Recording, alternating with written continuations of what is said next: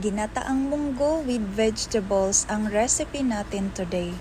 Igisa ang garlic and onion at ilagay ang kalabasa, lemongrass at luya. At idagdag ang nilagang munggo, sabay na din yung tubig na ginamit sa pagpakulo ng munggo. Tatakpan at hihintayin na kumulo at pag kumulo na ilagay ang 1 cup ng coconut milk.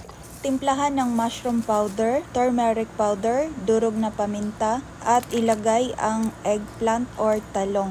So tatakpan lang ito at hintayin na kumulo at pag kumulo na ilagay ang patola, red bell pepper, spring onion, at lagyan ng 1 cup ng kakanggata para mas creamy ang ating ginataang munggo. Ganun pa rin tatakpan at hintayin na kumulo at pag kumulo na ulit ilagay na natin ang sayote leaves.